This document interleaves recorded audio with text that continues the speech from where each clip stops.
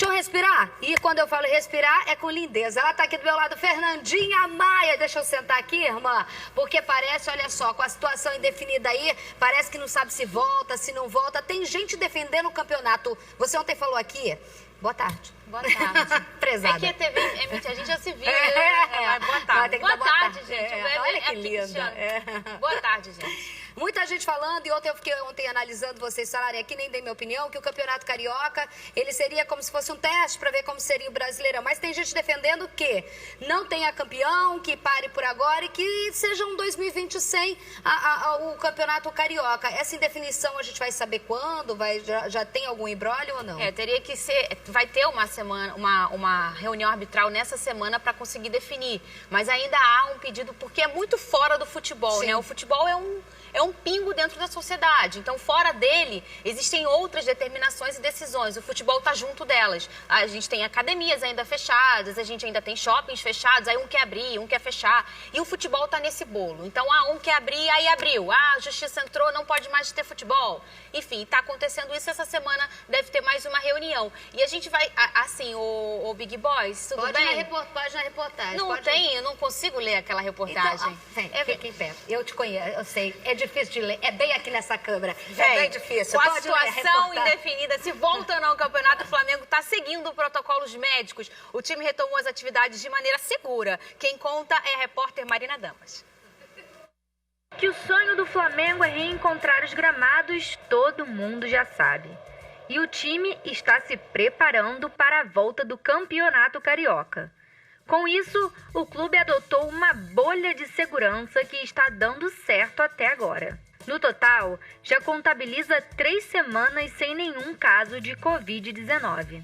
O último teste semanal realizado foi nesta segunda-feira no CT do Ninho do Urubu. Pioneiro no futebol brasileiro na luta contra a doença, os métodos estão dando certo e o rubro-negro vem se mostrando exemplo para outros clubes. Os testes são realizados 2 vezes durante a semana. Às sextas, o exame de PCR com resultado somente após 72 horas. Às segundas, a sorologia, saindo em apenas 10 minutos.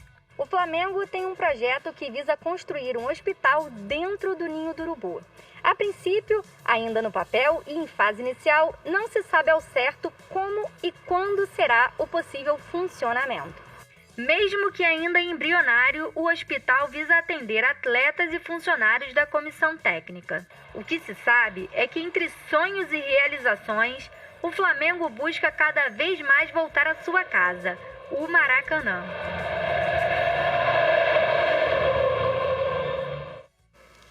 Demais. Linda, né, Marina Damas? Obrigada. Meninos, boa tarde. Pedro Certezas, Felipe Ruggeri, Casimiro, boa tarde pra vocês. Boa tarde. A gente vê essa Gente, eu situação não do tô Flamengo. aqui. Dá boa tarde pra mim também, vocês, seu bando de Boa malucada. tarde.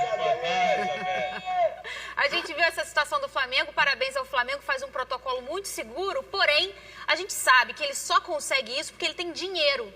E quando a gente fala de um campeonato carioca, que é o que a princípio vai retornar, a gente fala de um campeonato que todos os outros clubes, sem ser o Flamengo, são falidos ou não têm dinheiro, né?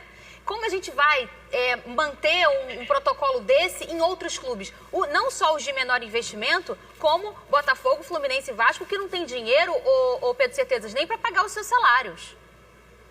Cara, eu acho que não tem motivo do Flamengo fazer isso, porque o Flamengo de fato está fazendo um processo, um protocolo muito maneiro, tudo mais.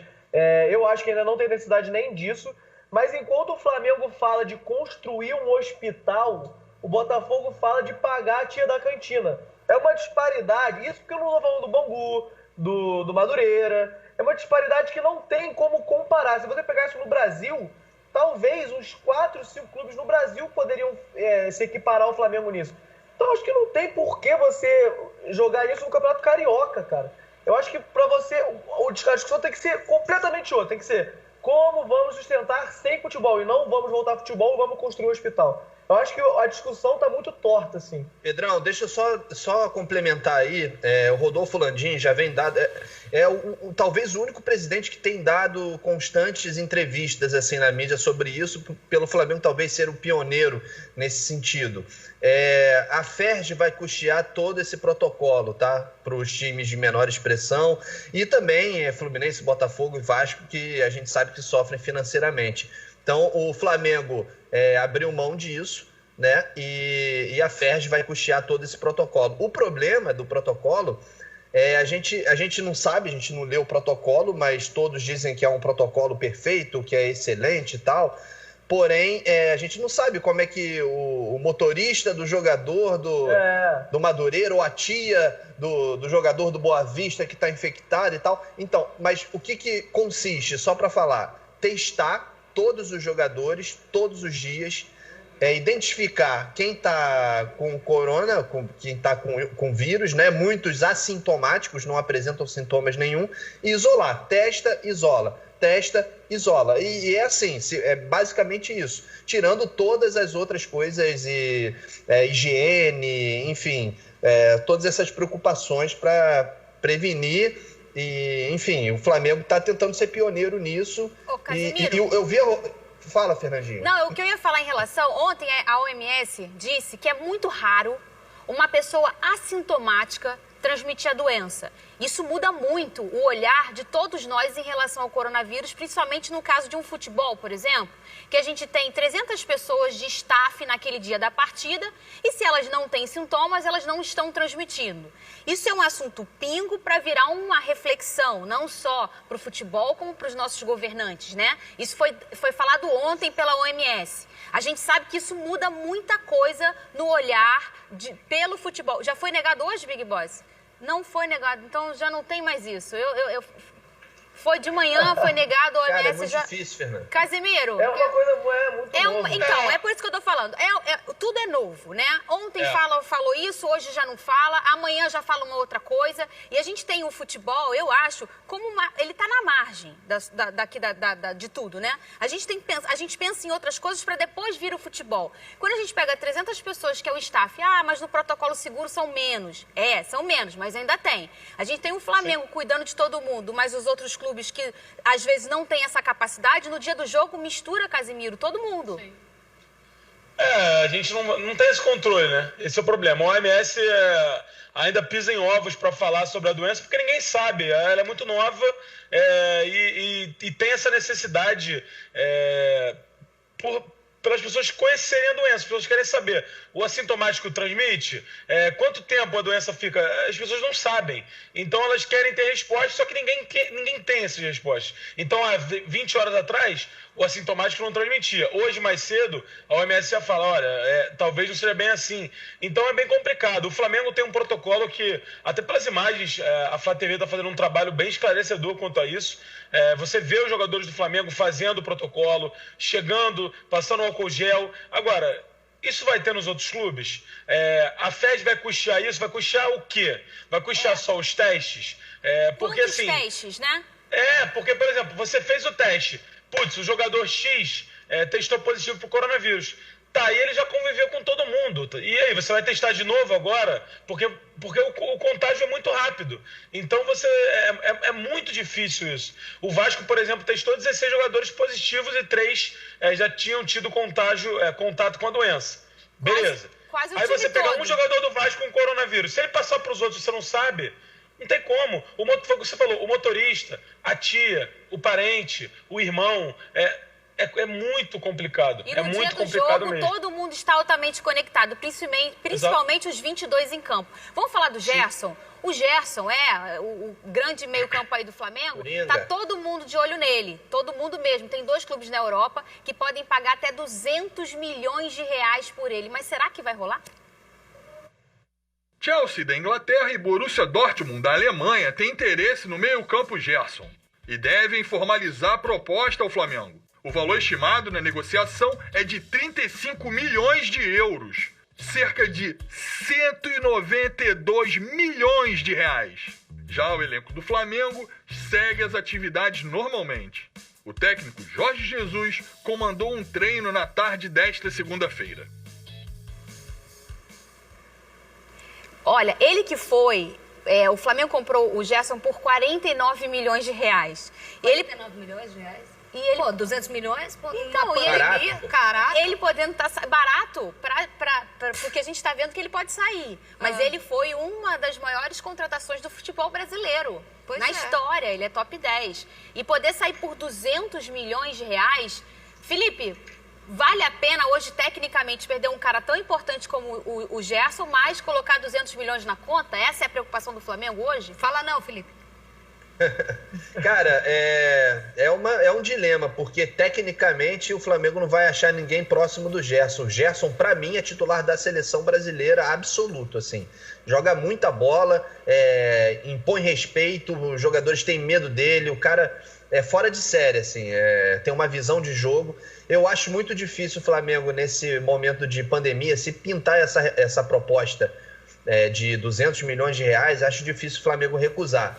Agora, para o Gerson, acho que ele sair do Flamengo é pior para ele nesse momento pela seleção brasileira. Acho que na seleção brasileira, no Flamengo, ele está muito próximo aí de vestir a amarelinha, né? E em outro clube, talvez um Chelsea ou um Borussia, ele ainda vai ter que se adaptar. Ele não sabe se vai jogar na posição que ele realmente gosta de jogar, se ele vai ter oportunidade, se ele vai ser titular, como é que vai ser a vida dele. Pode até ganhar mais, né? Se for bom para todo mundo, fica muito difícil segurar. Porém, se ele quiser realmente ir para a seleção, ele ficaria no Flamengo mais um tempo. Pedro, você acha isso também? Você acha que se ele for para o futebol europeu, ele não consegue ter uma vitrine? A gente sabe que o Tite, ele realmente olha até para o futebol russo, se tiver um brasileiro por lá na hora da convocação. Mas, paralelamente a isso, a gente tem um Gerson que não foi muito brilhante na Europa. Ele veio de lá antes de estar aqui no Flamengo. No Flamengo ele foi brilhante, mas lá na Europa ele não foi. O que você acha que pode ser um caminho ruim aí para o Gerson, Pedro? Cara, eu acho que além disso tudo, se o papo for seleção, o Gerson, no início do ano, recusou a seleção. E o pessoal da CBF é um pouco rancoroso com isso. Já aconteceu algumas vezes de ter um mínimo de ruído assim. O pessoal da CBF falou, não quis vir aquela hora também, não quero saber. E lá na Europa, eu acho que ele vai ter aquele titular absoluto, gênio, absurdo. Lá vão ter jogadores que são no mesmo nível que ele pode ficar um jogo ali no banco. Aí o cara pode jogar mais que ele. Mas eu, Pedro Certezas, acho que lá na Europa é um momento bom pra ele. Sei. E enfraquece o Flamengo. Então, se Deus quiser, aí ele vai gostar da Europa, um lugar bom, frio, é um lugar tranquilo. Passou a pandemia, qualidade de vida. Lugar excelente. Lembrando que ele recusou a seleção porque ele jogou até dia 20 de dezembro, né? Ele quase não teve férias, né? Ô, Casimiro, não teve, né? Falar em seleção tem... Foi uma recusão legítima, né? Eu acho legítima. Justo, foi justo. Sim. O Casimiro, falar em seleção tem um outro cara que ele tá meio tonto aí do que vai acontecer no seu futuro, que é o Thiago Silva. O PSG já tá rolando um tchá-tchá-tchá lá em Paris, que o PSG não vai renovar com o Thiago Silva. Vai fazer, até junho agora, que é o contrato dele, mas vai estender um pouquinho para ele conseguir terminar a Champions League. Depois, beijo, benção, tchau, Thiago Silva. E aí, ele já foi garoto propaganda agora do sócio torcedor do Fluminense. Ele que tem uma identificação muito grande com o clube. Mas a gente sabe que do outro lado tem um Thiago Silva, que tem 35 anos, que ainda tem muito futebol para rodar, pode ganhar muito dinheiro com isso. E Seleção Brasileira 2022, ele quer Seleção Brasileira, Casimiro. Qual será o melhor caminho pro Thiago Silva? E tem a mulher dele que é minha xará. E tem a mulher dele que é minha xará, que gosta muito da Europa e que manda muito na carreira dele. E ela é parecida com você. Isso aí, gostar da Europa, eu também gosto e não vou pra lá nunca. Isso aí depende muito. Assim, o Thiago Silva, ele tem 35 anos. Querer ir pra seleção, eu acho justo. Muita gente quer. Eu acho que já deveria não ser mais momento do Thiago Silva ser titular da seleção brasileira. O Tite já deveria ter começado essa renovação, seja com o Militão, seja com o Bambu, que agora saiu do Atlético Paranaense e foi pro Nice da França. Eu acho que essa renovação já poderia ter começado. Até, por exemplo, com o Gerson, que o Felipe Ruggeri, que para ele seria titular absoluto, eu acho que não. Mas tem jogadores na frente dele como Casemiro, Bruno Guimarães, mas eu acho que é um processo que já deveria ter começado. O Thiago Silva, eu acho que é um ótimo lugar para ele ver o Fluminense. Ontem o presidente do Fluminense, os tricolores ficaram em polvorosa, porque eles viram algumas... o presidente colocou alguns detalhes nos stories dele. Não sei se vocês viram isso. Por exemplo, a geladeira de cerveja dele estava na temperatura 3,3, menos 3,3, que é o número do Thiago Silva, 33. Ele tomou uma cerveja que o nome era Beck's. Beck's. Ele falou, hoje é dia de tomar um Beck's. Ele nunca postou nada. Aí ontem ele postou isso.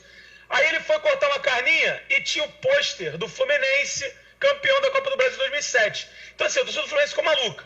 Porque tudo indicava que ele estava fazendo uma referência ao Thiago Silva. Que se voltar ao Fluminense, tem tudo para dar muito certo. Eu acho que ele tem mercado na Europa, mas eu acho que não em grandes centros.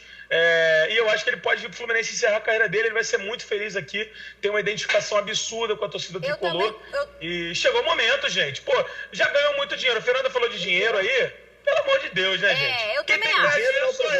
E tem espaço para ele conseguir uma vaga na seleção, mesmo jogando com o Fluminense. Olha só, o maior pesadelo dos clubes do Rio, tirando o Flamengo, é pagar salário. Mas o Vasco acertou, tá? Acertou janeiro. Cadê?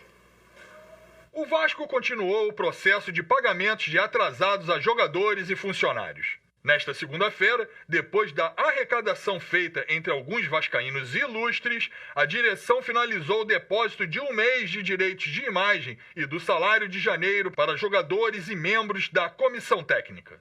Ainda faltam os pagamentos de outros meses, não só para o departamento de futebol, como também para os demais funcionários do clube. A expectativa é que novos pagamentos sejam realizados em breve, caso se concretize a venda de Marrone para o Atlético Mineiro, por cerca de 20 milhões de reais. Casimiro, torcedores ilustres se juntaram para conseguir pagar essa farpelinha aí de janeiro, não foi isso? Exato.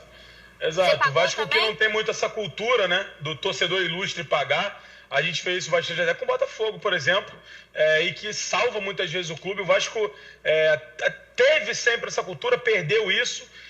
Não vou dizer que é uma cultura boa, deve ser depender de um cara pagar todo o salário do seu clube, mas que no atual momento, no desespero, qualquer pessoa que apareça, eu vou ser sincero, tá valendo.